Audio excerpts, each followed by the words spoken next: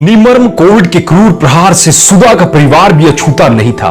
पिछले कुछ दिनों में उसने अपने सास ससुर दोनों को खो दिया था और अब पति भी हॉस्पिटल में मृत्यु के पंजों से जूझ रहा था। मौत विकराल रूप लेकर उसके पति को अपने शिकंजे में कैद करने को बेताब थी और परेशानियां मुंह बाएं उसके सामने खड़ी थी। वह क्या करे, उसे कुछ नहीं सूझ रहा था। इस मुश्किल समय में वो एकदम अकेली पड़ गई थी। मदद तो दूर, कोई संतावना के दो बोल भी नहीं बोल रहा था। और फिर मदद के लिए बुलाए भी तो किसे?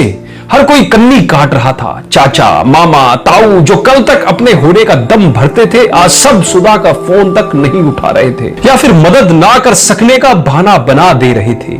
माना कोविड के मरीज के नजदीक जाना मना है, पर कोविड तो सुधा के सास ससुर और पति को था। सुधा और उसकी दो नन्ही बच्चियां तो इससे अछूते थे। फिर इन रिश्तेदारों ने उनको क्यों अकेला छोड़ दिया? जरा सुधा की मनोस्थिति को समझिए। वह एकदम अकेली पड़ गई थी। उसके लिए रोना भी मुश्किल था, क्योंकि अगर उसकी बच्चियां रोने का कारण पूछ बैठती, वह उन्हें क्या और कैसे समझाती। बड़ी मुश्किल घड़ी थी, क्योंकि पति के इलाज में जो रुपए लगने थे उसका कहां से इंतजाम करे। घर में बच्चियों को दोनों वक्त भोजन कराए कैसे? चारों तरफ असीम अंधेरा ही अंधेरा दिख रहा था। कभी अनंत तो कभी शून्य तक सोच में घिर जाती। हजारों अपनों की भीड़ में खुद को अकेला पाती। पर इस जिंदगी की उलझने तो सुलझनी ही थी। तब उसे मां लक्ष्मी का ध्यान आया। उसकी बड़ी आस्था थी उन पर और उन्होंने हर परेशानी से उसे उबारा भी था पहले। तभी उसे उस निराश के समंदर में एक रोशनी की किरण सी दिखी और उसे अपनी सासू मां की गुप्त तिजोरी का ध्यान आया। ध्यान आते ही उसके चेहरे पर मुस्कुराहट आई और उसी हिम्मत के साथ उसने जब तिजोरी खोली तो उसमें सासू मां की बरसों से बचाए हुए रुपए मिले। इतने रुपए कि उसके पति को हॉस्पिटल में अच्छा बेड और इंतजाम मिल जाए। बस फिर क्या था, सुधा ने अपनी दोनों बच्चियों को लिया और चल पड़ी हॉस्पिटल की तरफ। साधन की तलाश में वह चलती चली जा रही थी, पर अचानक से उसकी छोटी बिटिया बेहोश होकर गिर पड़ी।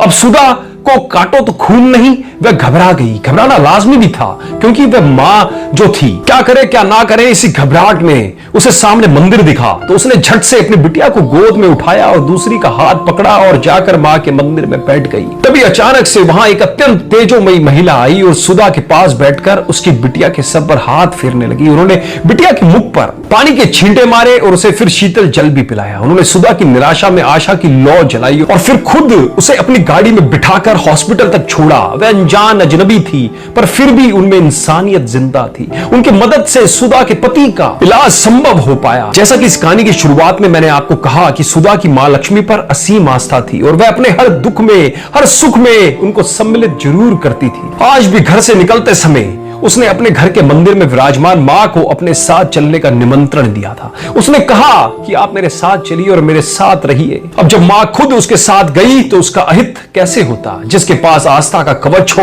वह हर कठिनाई पार करने का हौसला रखता है। भले ही आपने अपने हाथों में लाखों की घड़ी पहन रखी हो, पर उसका समय तो ईश्वर के हाथ में ही है। इसलिए घर से निकलते समय घर के मंदिर में कुछ समय ठहर कर ईश्वर को अपने साथ आने का निमंत्रण जरूर दीजिए। उनसे कहिए कि प्रभु मेरे साथ चलिए, और जब वापस आइए तो उन्हें अपने साथ वापस लाना मत भूलिए। उदास, हताश और परेशान होना किसी समस्या का हल नहीं है। जरूरत है बस थोड़ी आस्था और हौसला रखने की। इस कठिन समय में आस्था और हौसले की इस लौ को अधिक से अधिक लोगों तक पहुंचाइए। वीडियो को ज्यादा से ज्यादा शेयर जरूर कीजिए अपने सभी व्हाट्सएप ग्रुप में, अपने फेसबुक वॉल पे इसको ज्यादा से ज्यादा शेयर कीजिए और कमेंट में प्रभु को धन्यवाद जरूर कीजिए, जिसने हमें अब तक सुरक्षित रख रखा है। आपके कमेंट का इंतजार रहेगा।